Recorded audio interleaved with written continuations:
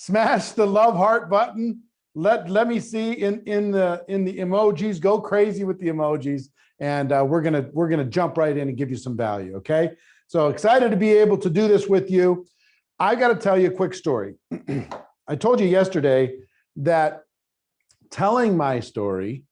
If you notice that I'm starting this training with a story, that's all we do. We're storytellers, well-paid storytellers. That's what we talked about yesterday. The learning to tell my story was the first thing that gave me confidence to go out there and start making connections with prospects. It was a liberating experience, totally changed everything. The second thing I needed to do was learn how to give an opportunity presentation. How do you give an opportunity presentation that works, that duplicates, that is effective? And the first thing that I did is the number one earner in the company that I was with all the way back in 1989 gave the same exact presentation every single time, word for word. And even though he's making this huge money, he never really changed it. He kept it simple. He said the prospect doesn't change. He said prospect stays the same. You know, just if the presentation's effective, then just go ahead and give that presentation. So here's what I did. I recorded his presentation on audio, and I wrote it down on a legal pad, word for word for word. And I recorded my own voice doing the presentation on audio. And I listened to that audio like 500 times because I was insecure. I did not feel confident. I did not feel like I was a natural born leader or anything, but I felt like, here's what went through my mind. I'm introverted, I'm nervous, I'm scared, but if they gave me an opportunity to appear on a national television commercial and they'd pay me $100,000 a year in residuals for being on that commercial, I could learn my lines. I could learn my lines and I could shine up and I could put a big smile on my face and I could do whatever they needed me to do. I could prepare enough to do that thing, learn my lines, to be able to get the payoff. I don't believe that we're procrastinators, and I don't believe that we're paralyzed by fear. What I believe is the payoff in our mind is not big enough. And when the payoff is big enough, then all this stuff gets easy. So I finally got the payoff big enough in my mind that I was willing to learn my lines. So that's what I decided to do. I practiced over and over and over, learning my lines of the presentation. And here's how I tricked my head into figuring out the opportunity presentation, which is the second presentation we want to share with you. I tricked my head into doing it by pretending that this was a one-person play.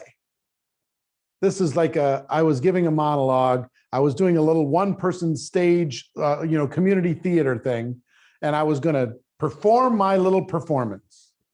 So it wasn't like a business conversation at all in my mind. In my mind, it was a performance. And that was what kind of got me past my fear to be able to start. And what I want to give you today, I mean, it would take us more time to customize a presentation for you, exactly. But I'm going to give you an outline that has worked for me for the last 30 years. It's worked around the world. It works with every culture. It will work with every company. It'll work in every environment. This opportunity presentation is what I call a perfect presentation. And like I said, if we had more time, I could help you script it word for word, but I'm going to at least give you the outline of it. Okay. So if you're taking notes, do me a favor, take those notes and put those notes into the comments, and I will give you this outline. And then you can start to write your own, fill in your own blanks. Okay. Point number one in a perfect presentation is an introduction. This introduction needs to be designed in a way that causes the prospect to say, oh, this might be worth my time. You have 30 to 60 seconds to capture their imagination and to get somebody to say, oh, this might be valuable. This might be interesting. And all right, I'll listen. You have to set the stage. You have to let them know what to expect in regards of time. And you have to let them know what to expect in regards to what's in it for them. Understand? So this introduction is really, really critical. It's designed to capture their imagination. Part 2 is your story. The reason why we said story, you can tell it in a minute. You can have a 1-minute version. You can have a 2-minute version. I mean, and I'll talk about it later, but the reason why you need to keep it brief is you got to think in terms of what's in it for them. You're going to be building trust. If you do an introduction, you quickly tell your story, you've now set the framework for a person to be able to have the ability to hear what you have to say. This is so critical that you quickly set the tone, tell the story, and they're leaning in, as Pat would say. They're leaning in to hear more about what it is. Even if their kind of postures like this, they're still emotionally leaning in. All right, next is what I call the 5 key elements section of the perfect presentation. The 5 key elements. And I will tell you, I'll give you a little bit of the scripting of exactly how I set up these 5 key elements. So I intro, tell the story. My 5 key elements go something like this. In evaluating any business, what I've learned from experience is you need to take a close look at 5 key elements of that business. And if these 5 elements are in place and you feel confident on those 5 things, then you can move forward in your due diligence in figuring out if that business is a right fit for you. So let me describe the 5 key elements. Now they're going, what's the 5 key elements? Element number 1 is the product. Let me describe to you the 5 key elements that you would need to evaluate in looking at any business. Number 1, you need to take a look at the product. And in taking a look at the product, you need to ask 4 specific questions. Question number 1, is there a need for the product in the marketplace? Does the world need this product? And this thing is glaring a little bit, so they're having a hard time seeing it. Yeah, you can see it on the screen? I know, I'm seeing that they get to see PROD. They can't see the rest of this because of the glare. And okay, you can see it. Cool. Number 1, is there a need for the product? And you have to evaluate this. Is there a need? And you could talk about it and fill in the blanks on what you believe the need of the marketplace is. Number 2 question, does the product meet the need? Does it solve the problem for people? Third question you need to ask when it comes to product is it priced to sell? Is it competitive in the marketplace compared with the qualities that product bring to the world? Is it priced to sell? Will people pay that price to solve that problem? And question number 4 you need to take a look at, is it priced for profit? Is there an opportunity for you as a business owner, the company that's representing that product, to be able to make a business out of this product? Is it priced for profit? Is there enough margin in there for it all to work? So now you fill in the blanks of your product. Here's the need. Here's the need that's in the marketplace. Here's how this product meets the need. Here's why it's competitively priced, and here's why there's enough margin in order to be able to make it worthwhile for people, and then describe your products. Okay? So next element on the 5 key elements, next element is the company. You pivot and say, if you become comfortable that the product is a solid offering in the world, then the second thing you need to take a look at is the company itself. Do they have what it takes to last in the marketplace? Do they have what it takes to be able to deal with change? Do they have what it takes when it comes to experience? Do they have the money? Do they have the management experience? And this is where you brag about your company. Here's all the awards that they've won, and here's the experience that they have, and here's all the infrastructure that they put together, and here's all the cool things that they have and are. Then you say, if you feel comfortable that the product is solid and the company is set up for the long term, third thing you need to take a look at is the compensation structure. Can you make money? They might be the best product in the world and the most incredible company in the world, but if you can't make money, it's probably not a good business opportunity for you. But in looking at a compensation structure, and I would usually summarize the compensation when I was giving a presentation because most people aren't going to understand the compensation. I would say if you're taking a look at a compensation structure as an entrepreneur, you need to take a look at 3 different situations when it comes to compensation. Number 1, can people make money quickly? Can they get involved and make money quickly? Because speed is so important for the small entrepreneur, the work at home person. If you can have ability for a person to be able to make money quickly, then you have a chance of being able to build a longer term team with them. But they got to be able to make money fast. The second thing you need to take a look at in compensation, if a person puts in a reasonable part-time effort, can they build a reasonable part-time income? Is there an opportunity for somebody to work with a reasonable part-time income and make a reasonable part-time, effort and make a reasonable part-time income? And then the third thing you need to take a look at, especially if you're like me, it's great for people to make money fast. It's great for people to make money part-time. But is there an opportunity, if somebody really goes after this, to be able to make big money? Not a claim and not a promise, but is it real? Has it happened? Is it possible for somebody who really goes all out? So what you want to look at in looking at any compensation structure, does it answer those 3 questions? Can people make money quickly? Can people make a reasonable part-time income with a reasonable part-time effort?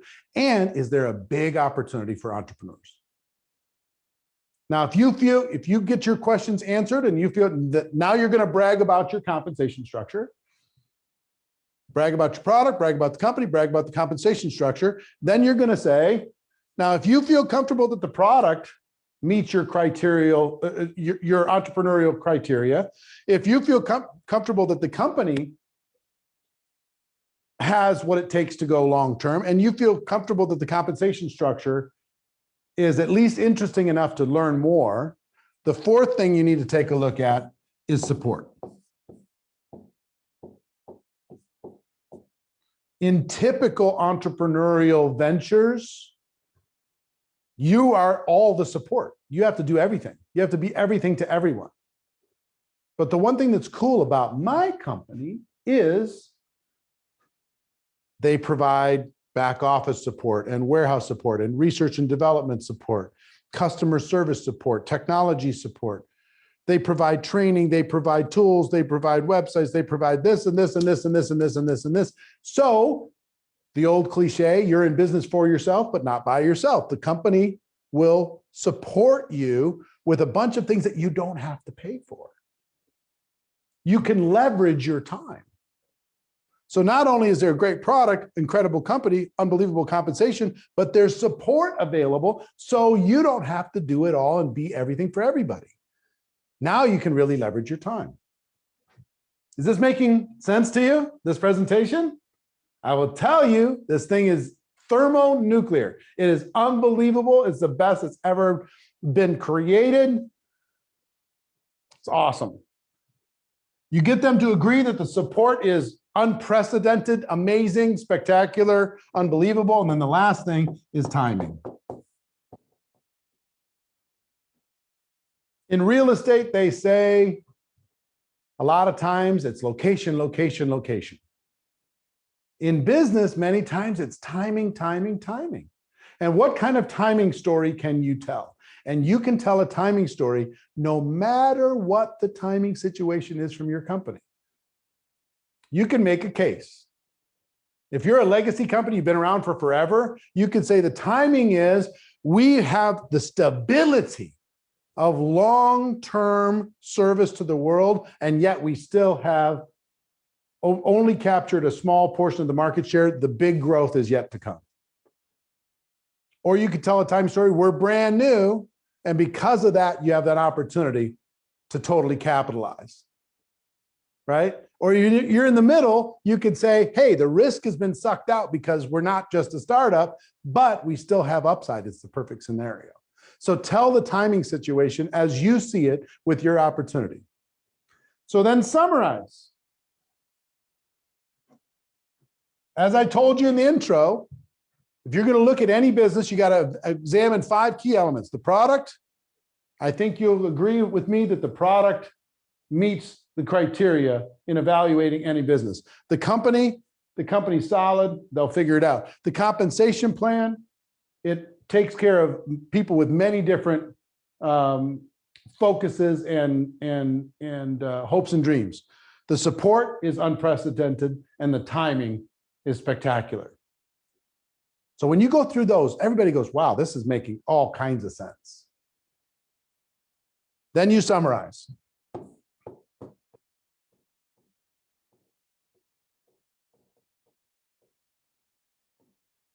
You tell them what you've just told them.